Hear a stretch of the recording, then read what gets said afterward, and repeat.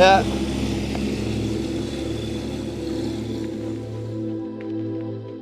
In last episode we crossed from Australia to Indonesia.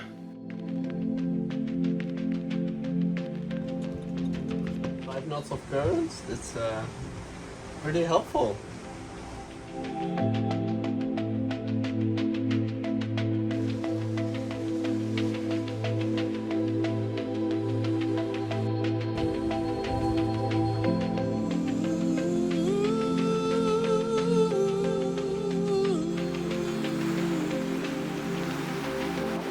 There is a huge fishing fleet in the southeast of Indonesia. We were constantly looking for options to sail around it.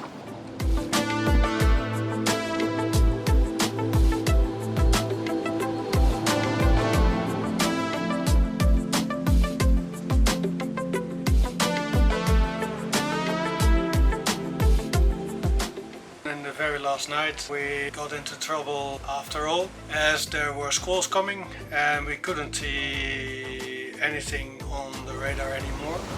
It's starting to rain already. We saw a line of 4 or 5 white lights in front of us. Finally we turned around and accepted that the crossing would take a couple of hours more. Arriving in Indonesia. We spent a nice couple of days in and around Debut, the first town where we stopped. We walked up to the mosque in the next village and we walked 4 kilometers to the caves. A little bit further along the road.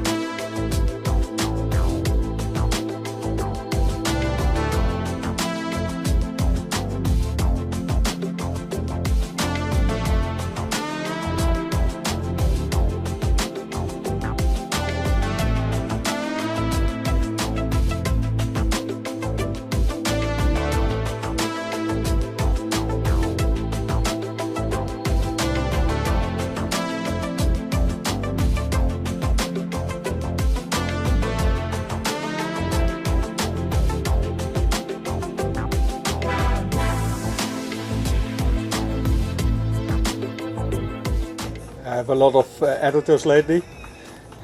So we're on Dolphins Island. Some people have to check if the content is Quality control. Quality control.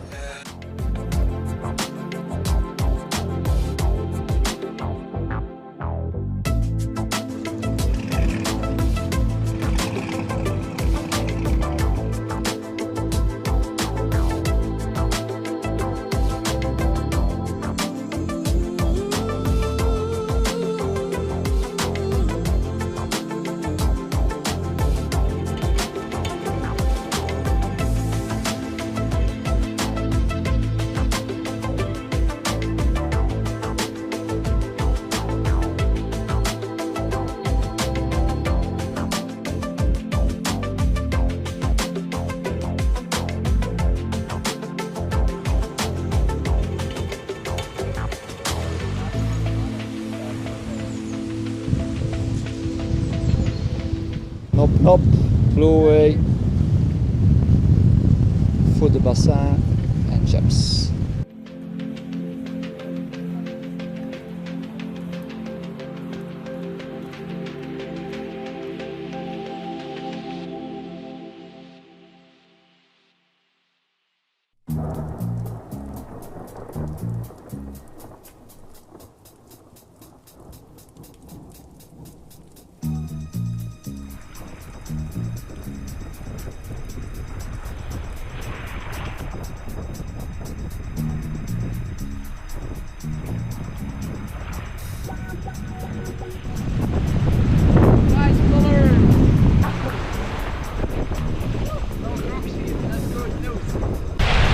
So we are at the vanishing sandbank in Kei Islands, and the colors are amazing.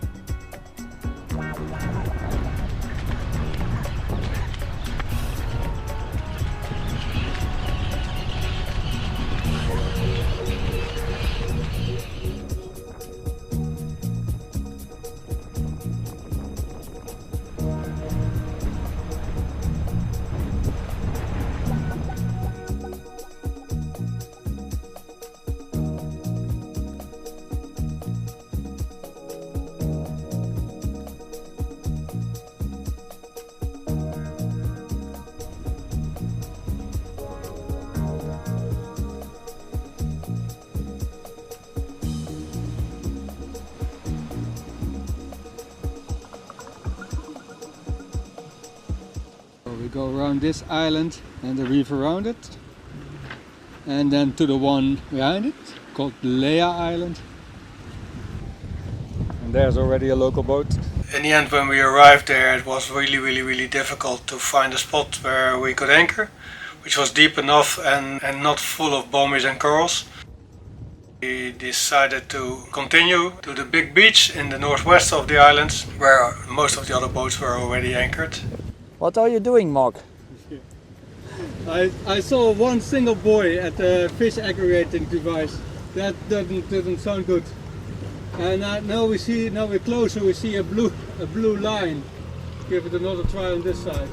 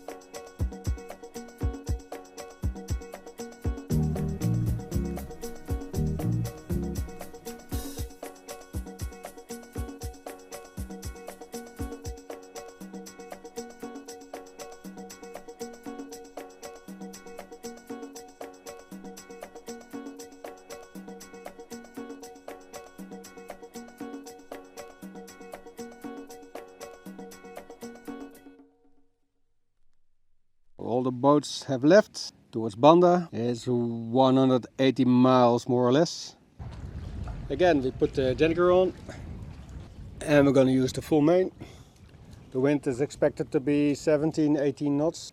The differences between the boats aren't that big, but it made sense that the monohulls left first. We had to wait for the inter-island clearances that arrived this morning. It's always difficult to choose the right sails, especially in this area where the forecast is sometimes not even close to what actually is going to happen. We chose to hoist the Jenniker and the full main. According to the forecast, the gust wouldn't be above 24-25 knots. That would mean that it was quite okay without a reef. You saw different boats choose different solutions.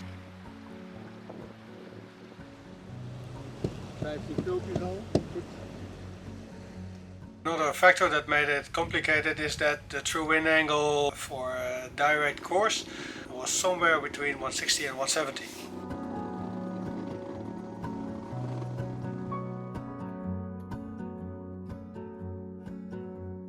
It's more or less a straight line towards Banda, but we have to dodge a couple of islands. We chose to go butterfly. There are no waves here, so the boat's not very sensitive for a little bit left or a little bit right of 180, that downwind.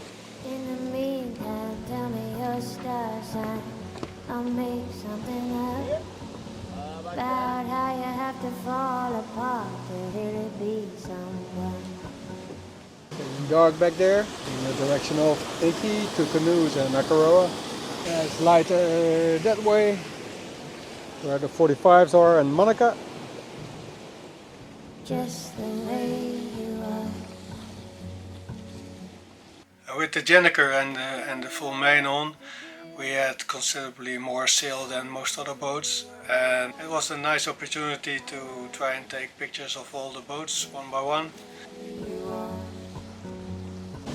So we're catching the first monohulls already. Left a couple of hours earlier this morning. The only one keeping up with our speed is Nino. He is doing a good job. At this rate we will arrive somewhere at 4 a.m. Nino, Utermeer 45, was using his kind of big A4 sail. He was flying. Next one, Pudo Bassan. Fall apart to really be someone. Nothing else to do here.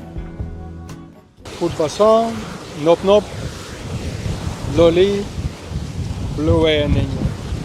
And then on the other side of the island there's Chaps, Samagui, Endless and Manaka. I fall into your arms.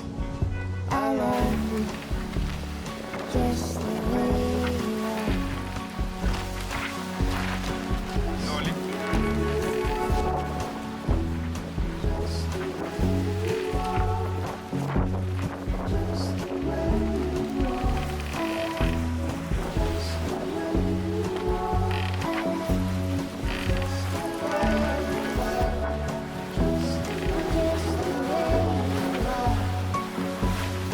Just the way you are.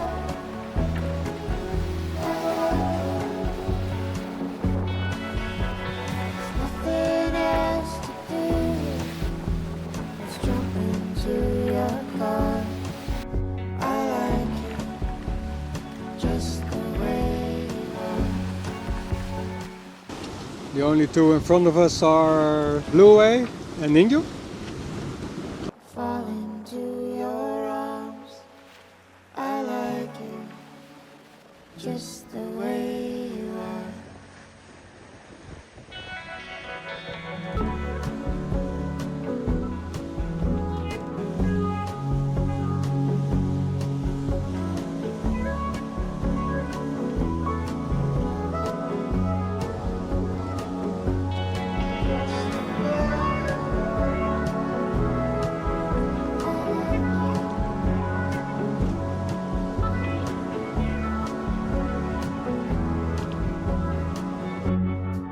We saw a shower arrive.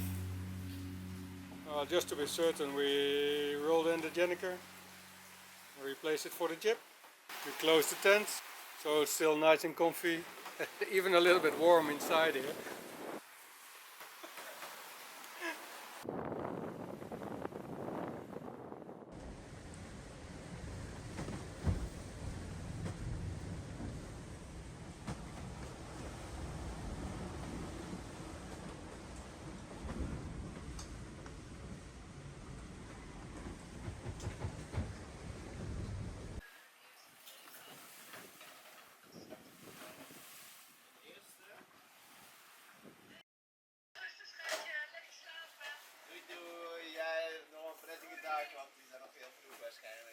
Even before the sun set, we had already seen a cargo ship coming from our starboard side.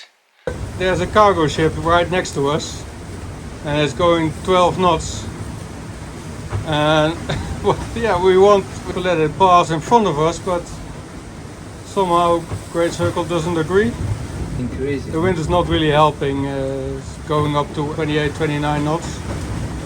We tried different ways to reduce the speed, but I can tell you that it's not easy at all to slow the boat down.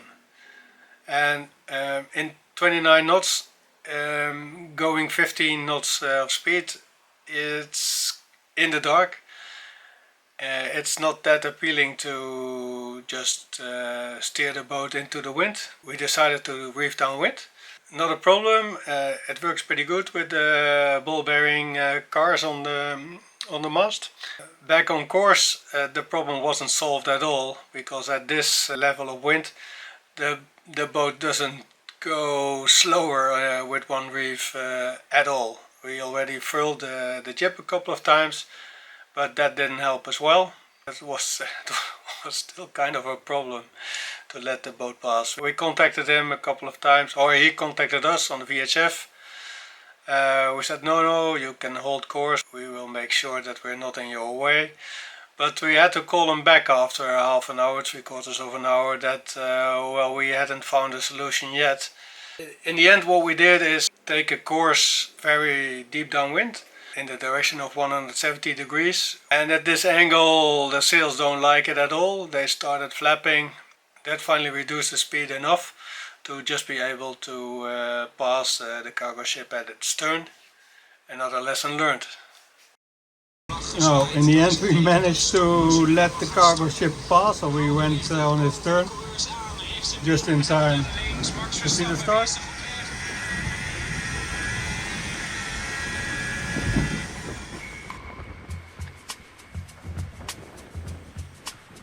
We just took the whole mainsail down.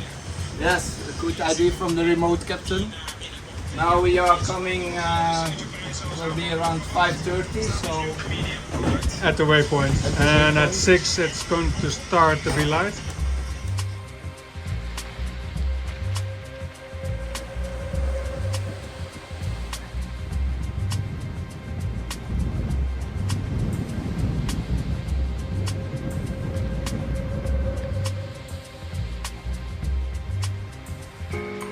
Yeah, I like the kind of the ocean. When a giant wave comes pounding down on you, you think it's gonna crush you, but then it breaks and comes down and sends you crashing to the sand. That's when you get up and laugh. That's the kind of laugh. In Banda we had an opportunity to refresh our med mooring skills. Med mooring is not something that we regularly do in the rally.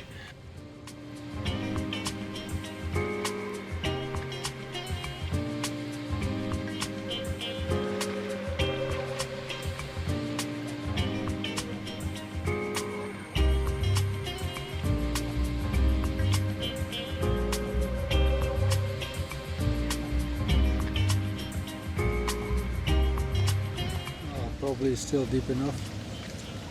We checked, it was about 4 meters deep at high tide.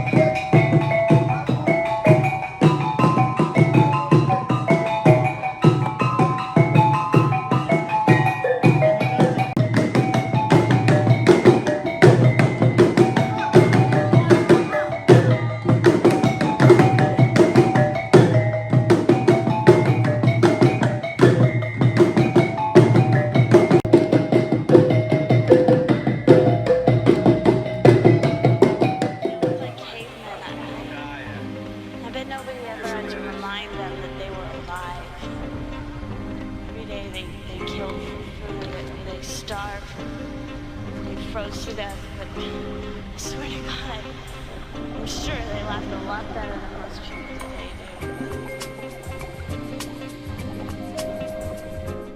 Snorkeling in Banda is quite okay. I've heard from the guys that went diving that there is a very, very beautiful pinnacle dive at a small island on the northeast side of the Banda group.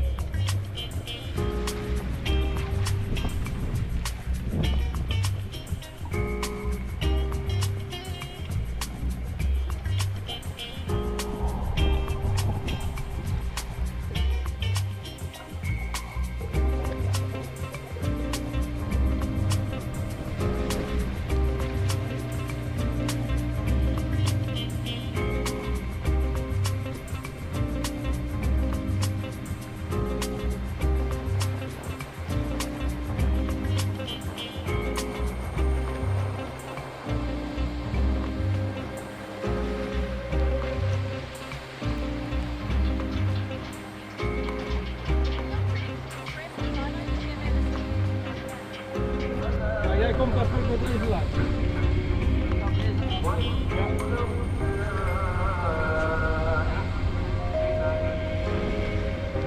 On the third day we got the message that we had to move the boat. There was a ship coming in next morning, 6 a.m.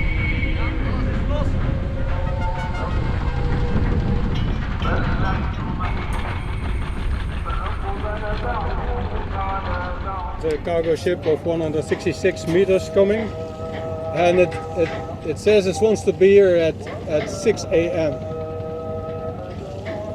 So it's about 80 meters longer than the one that's there, and they wanted us out of there at the anchorage. As 2 years ago, when he was leaving again, there was a kind of an incident. Nobody wants this incident, of course, but the timing doesn't really help. No, so in the end we thought it's easier to leave the afternoon before instead of having the risk that we have to do this in the dark tomorrow. It's not as easy as it sounds, because the waters between the islands in Banda are really, really deep. There are pretty steep slopes approaching the land. We found a spot to anchor, be it downhill. We tested the anchor really well. We were pretty safe there for the last couple of days. Ja, ja.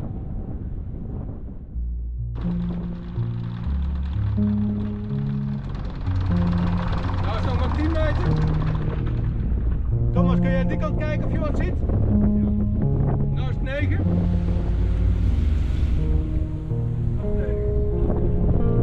32 meter hier. We just let the wind push it first until it digs in, and then we test it.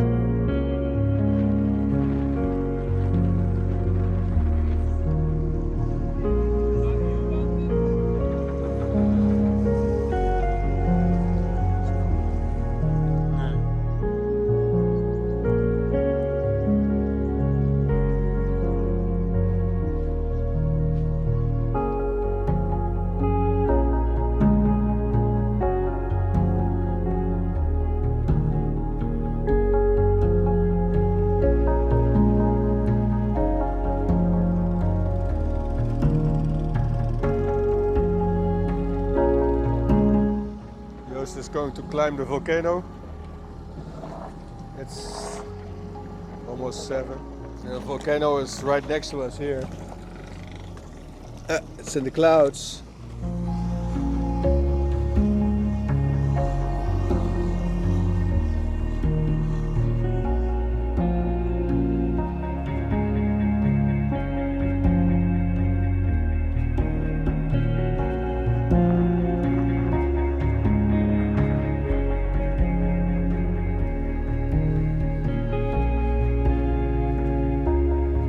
They make just as much noise as the bigger ones on the other side. Also 4:30 today. In the next episode we will sail from Banda to Ambon, capital of the Moluccu, and I might even have some pictures of our new grandchild, which is born today as I record this.